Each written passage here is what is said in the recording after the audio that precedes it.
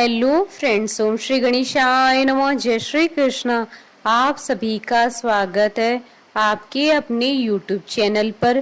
Friends, आज हम आपको इस वीडियो में बताने जा रहे हैं ज्येष्ठ शुक्ल पक्ष की निर्जला एकादशी व्रत की पौराणिक व्रत कथा, शुभ मुहूर्त, पूजा विधि, व्रत के नियम, निर्जला एकादशी के दिन क्या दान करना चाहिए और निर्जला एकादशी व्रत का पारण किस प्रकार करना चाहिए और निर्जला एकादशी पर सर्व कामना सिद्धि के लिए किए जाने वाले उपायों के बारे में।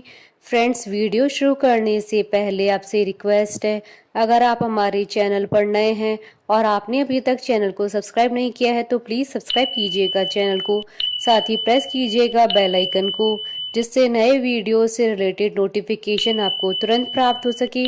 और वीडियो पसंद आने पर वीडियो को लाइक और शेयर जरूर कीजिएगा ताकि सभी भक्तों को इस वीडियो का लाभ प्राप्त हो सके। और कमेंट बॉक्स में जय श्री कृष्णा जरूर लिखिएगा।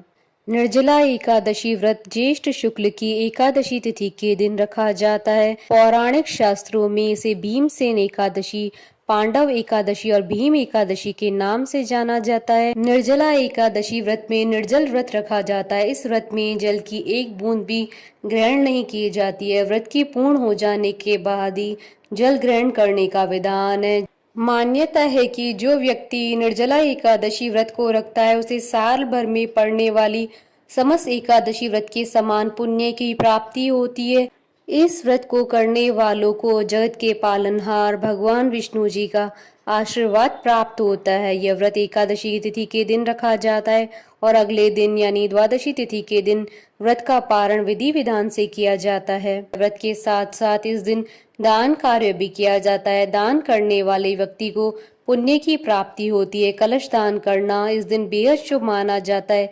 इससे व्यक्ति को सुखी व दीर्घायु जीवन की प्राप्ति होती है। इस दिन कलश दान करने से भक्तों को साल भर की एकादशी का फल प्राप्त होता है। जो भी श्रद्धा पूर्वक इस एकादशी का व्रत करता है वह समस्त पापों से मुक्त होकर अविनाशी पद को प्राप्त करता है। निर्जला एकादशी पर व्रती को जल, जूता, छतरी, गाय, अन्न, वस्त्र, आसन, पंखा और फल आदि दान करना चाहिए। निर्जला एकादशी के दिन पहले भगवान विष्णु जी का पूजन करें, फिर गोदान, ब्राह्मणों को मिठाई व दक्षिणा दे और जल से भरे कलश का दान भी करें। एकादशी के व्रत के समाप्त करने को पारण कहते हैं। एकादशी व्रत का पारण अगले दिन सूर्योदय के बाद ही होता है। द्वादशी तिथि के अंदर पारण न करना अच्छा नहीं माना जाता है। व्रत पारण के लिए सबसे उपयुक्त समय सुबह का होता है। भगवान के भोग के लिए तुलसी और वेला पत्र के पत्ते एक दिन पहले ही तोड़कर रख ले, क्योंकि इस दिन तुलसी और वेला पत्र नहीं तोड़े जाते हैं। यदि कोई व्यक्ति बिना खाए नहीं रह सकता है तब संध्या के समय फलाहार करना चाहिए। निर्जला एकादशी को जल दान करने के लिए मटके पानी से भरकर दिए जाते हैं। कई लोग जल का दान भी करते हैं। मटके में जल भरकर ढक्कन से ढकना चाहिए और ढक्कन में चीनी तथा दक्षिणा व फल अपनी सामर्थ्य अनुसार रखने चाहिए। उसके बाद मंदिर में अथवा ब्राह्मण को सब दान दे देना चाहिए। इसके अतिरिक्त अपनी श्रद्धा अनुसार दान करना चाहिए। फ्रेंड्स, अब आइए जानते हैं निर्जला एकादशी व्रत की पूजन विधि के बारे में। सुबह जल्दी उठें। उठते ही सबसे पहले अपनी दोनों हथेलियां देके मंत्र बोलें। कराग्रे वस्ते लक्ष्मी, कर मध्य सरस्वती, कर मूले तु गोविंद, प्रभाते कर दर्शनम। उसके बाद पानी में थोड़ा सा गंगा जल डालें और स्नान करें। ऐसा करने से घर पर ही तीर्थ स्नान का फल मिलता है। स्नान के बाद तांबे के लोटे से सूर्य देव को जल चढ़ाएं और ओम सूर्याय नमः मंत्र का जाप करें। किसी गरीब को या मंदिर में तिल, वस्त्र, धन, फल और मिठाई आदि दान करें। इस दिन निर्जल रहकर व्रत करना चाहिए। निर्जल यानी बिना पानी का व्रत। अगर निर्जल व्रत नहीं कर सकते हैं तो फलाहार और दूध का सेवन करते हुए व्रत कर सकते हैं। इस तिथि पर स्नान करने के बाद इसी मंदिर में जाकर भगवान के सामने धूप दीप जलाएं, प्रसाद, हार, फूल, केसर आदि चीजें चढ़ाएं। इस दिन भगवान शिव, माता पार्वती जी की विशेष पूजा करें। भगवान के सामने घी का दीपक जलाएं। माता पार्वती को सुहाग की चीजें अर्पित करें। भगवान विष्णु और माता लक्ष्मी जी की पूजा जरूर करें। ये भगवान विष्णु जी की मूर्ति को जल और गंगा जल से स्नान करवाएं और व्रत का संकल्प करें और उन्हें रोली चंदन का टीका करें, पुष्प आदि अर्पित करें। बाद में नारियल भी अर्पित करें। मिठाई और फल के साथ तुलसी पत्ता रखकर भगवान विष्णु जी को भोग लगाएं। घी का दीपक जलाएं। इस दिन भगवान विष्णु जी का विधि विधान से पूजन करें और भगवान का ध्यान करते हुए ओम नमो भगवते वासुदेवाय मंत्र का जप करें। इस दिन दान का भी विशेष महत्व है। इस दिन भक्ति भाव के साथ भगवान का भजन करना और कथा सुननी चाहिए। इस दिन भगवान विष्णु की किसी भी कथा का पाठ करें। कथा जैसे रामायण, सत्यनारायण की कथा, विष्णु पुराण आदि। इस दिन व्रती जल से भरे कलश को सफेद कपड़े से ढककर रख दें और उस पर चीनी और दक्षिणा रखकर ब्राह्मण को दे दें और गरीबों को दान भी करें। तभी निर्जला एकादशी व्रत का विधान पूरा होता है। एकादशी के दिन से द्वादशी के दिन पारण करने तक अन्न और जल ग्रहण न करे। रात में जाकर भगवान का भजन और कीर्तन करे। अगले दिन ब्राह्मणों को भोजन कराकर उन्हें दान देकर सम्मान पूर्वक विदा करे। उसके बाद व्रत का पारण करें। फ्रेंड्स, अब आइए जानते हैं निर्जला एकादशी व्रत के नियमों के बारे में। महर्षि वेद व्यास जी ने भीम को बताया था कि एकादशी का ये उपवास निर्जल रहकर करना होता है। इसमें न तो अन्न ग्रहण करते हैं और न ही जल, केवल कुल्ला या आचमन करने के लिए मुख में जल डाल सकते हैं। इसके अलावा किसी भी तरह से जल व्यक्ति के मुंह में नहीं जाना चाहिए, अन्यथा व्रत भंग हो सकता है। निर्जला एकादशी व्रत सूर्योदय से शुरू होकर अगले दिन सूर्योदय तक चलता है। पारण तक जल की एक भी बूंद गले से नीचे नहीं उतारी जाती है। अगले दिन द्वादशी को सुबह में स्नान करके ब्राह्मणों को भोजन आदि कराएं। सामर्थ्य के अनुसार दान देकर इसके बाद ही व्रत का पारण करें। एकादशी पर चावल ग्रहण करना निषेध माना गया है, इसलिए ध्यान रखें कि एकादशी से एक दिन पहले यानी दशमी तिथि से ही चावल का त्याग कर दें। इस दिन घर में लहसुन, प्याज और तामसिक भोजन बिल्कुल भी न बनाएं। एकादशी की पूजा पाठ में साफ सुथरे कपड़ों का ही प्रयोग करें। निर्जला एकादशी के व्रत विधान में परिवार में शांतिपूर्ण माहौल बनाए रखें। ग्रंथों के अनुसार निर्जला एकादशी के दिन गलती से भी कभी साग और मूली का सेवन नहीं करना चाहिए, क्योंकि ये दोनों चीजें भूमि के नीचे पाई जाती है। इन्हें अशुद्ध माना जाता है। इन्हें खाने से जीवन में दिक्कतों का सामना करना पड़ सकता है। यही वजह है कि व्रती को या उसके परिवार के अन्य सदस्यों को मूली और साग नहीं खाना चाहिए। इस दिन तुलसी और बेलपत्र नहीं तोड़ना चाहिए। भगवान विष्णु की भोग के लिए तुलसी के पत्ते एक दिन पहले ही तोड़कर रख लेने चाहिए। तुलसी के गिरे हुए पत्तों को साफ जल से धोकर पूजा में उपयोग करना चाहिए। निर्जला एकादशी पर दांतून से दांत साफ करने की मनाही है। इसके पीछे ऐसा माना जाता है कि एकादशी वाले दिन किसी भी पेड़ की टहनियों को तोड़ने से भगवान विष्णु नाराज हो जाते हैं और व्रत करने वाले व्यक्ति को इस दिन आलस्य नहीं करना चाहिए। निर्जला एकादशी भीमसेनी एकादशी के नाम से भी जानी जाती है, अतः इस दिन वायुपुत्र भीम की पूजा जरूर करनी चाहिए। फ्रेंड्स, अब आइए जानते हैं निर्जला एकादशी के दिन किए जाने वाले उपायों के बारे में। निर्जला एकादशी पर भगवान विष्णु को पीले रंग की वस्त्र, फल और अनाज अर्पित करें। भगवान विष्णु जी की पूजा के बाद इन चीजों को ब्राह्मणों को दे दे। ऐसा करने से घर में कभी कलेश नहीं होता है। निर्जला एकादशी के दिन शिव मंदिर में नारियल, सीताफल, सुपारी और मौसमी आदि चढ़ाएं। निर्जला एकादशी के दिन भगवान विष्णु जी को खीर का भोग जरूर लगाएं। इसमें तुलसी का पत्ता अवश्य डालें। ऐसा माना जाता है कि तुलसी पत्र समेत खीर भगवान विष्णु को भोग लगाने से घर परिवार में शांति का माहौल बना रहता है। इस दिन पीपल के पेड़ में जल चढ़ाएं, क्योंकि पीपल के पेड़ में भगवान विष्णु जी का वास होता है। ऐसा करने से कर्ज से मुक्ति होती है। निर्जला एकादशी के दिन स्नान के बाद श्रीमद् भगवद गीता का पाठ करने से भगवान विष्णु प्रसन्न होते हैं। फ्रेंड्स, अब आइए जानते हैं निर्जला एकादशी के शुभ मुहूर्त के बारे में। हिंदू पंचांग के अनुसार साल 2023 में निर्जला एकादशी के दिन रवि योग और सर्वार्थ सिद्धि योग का महासंयोग बन रहा है। इस योग में किया गया दान पुण्य का कार्य या किसी भी कार्य में विशेष सफलता प्राप्त होती है। साल 2023 में निर्जला एकादशी का व्रत 31 मई 2023 बुधवार के दिन है।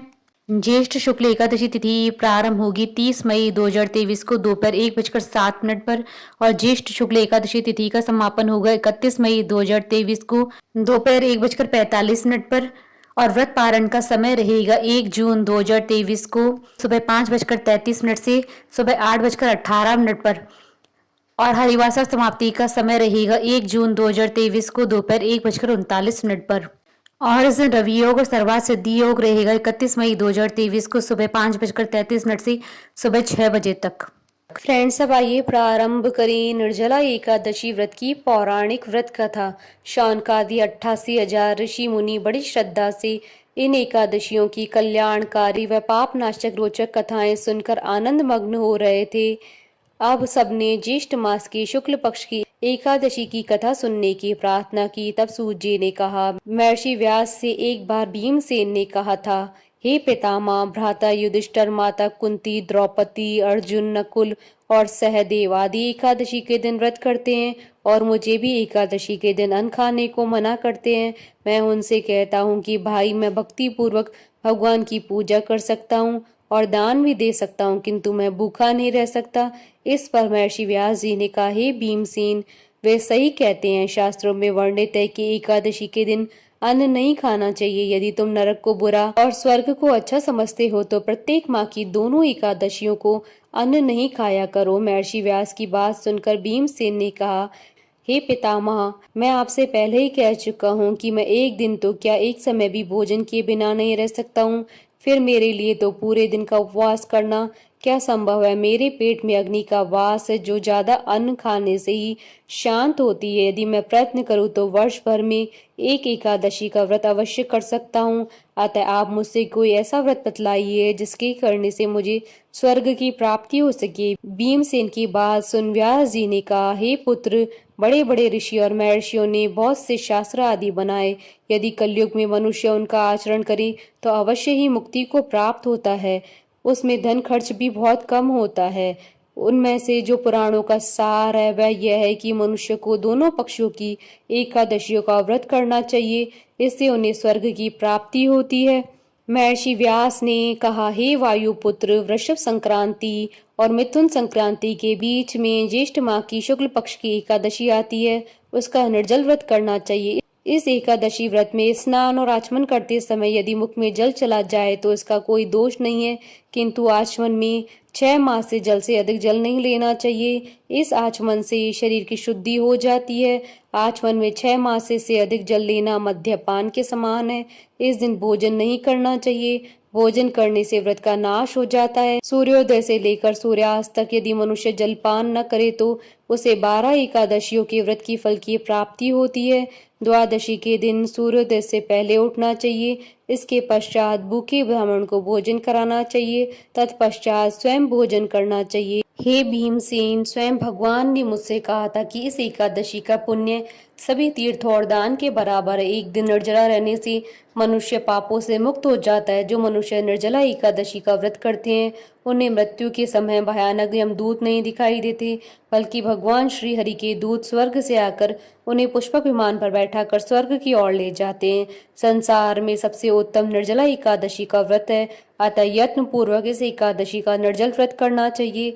इस दिन ओम नमो भगवते वासुदेवाय इस मंत्र का उच्चारण करना चाहिए। इस दिन गोदान करना चाहिए। निर्जल व्रत करने से पहले भगवान का पूजन करना चाहिए।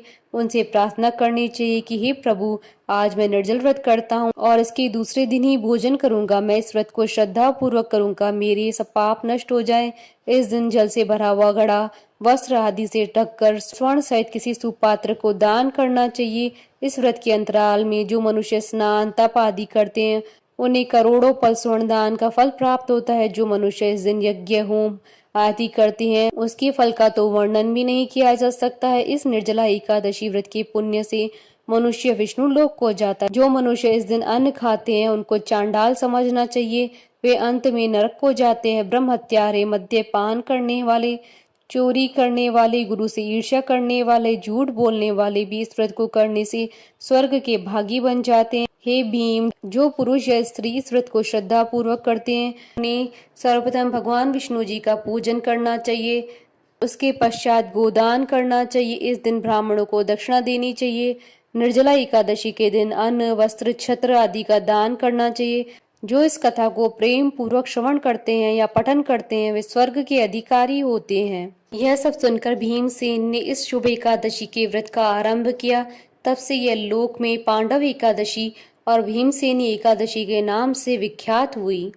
कथा सार, अपनी कमजोरियों को अपने गुरुजनों व परिवार के बड़ों से कदापि नहीं छुपाना चाहिए। उन पर विश्वास करते हुए भक्त को चाहिए कि वे अपना कष्ट उन्हें बताएं ताकि वे उसका कोई उचित उपाय कर सके। उपाय पर श्रद्धा और विश्वास पूर्वक अमल करना चाहिए।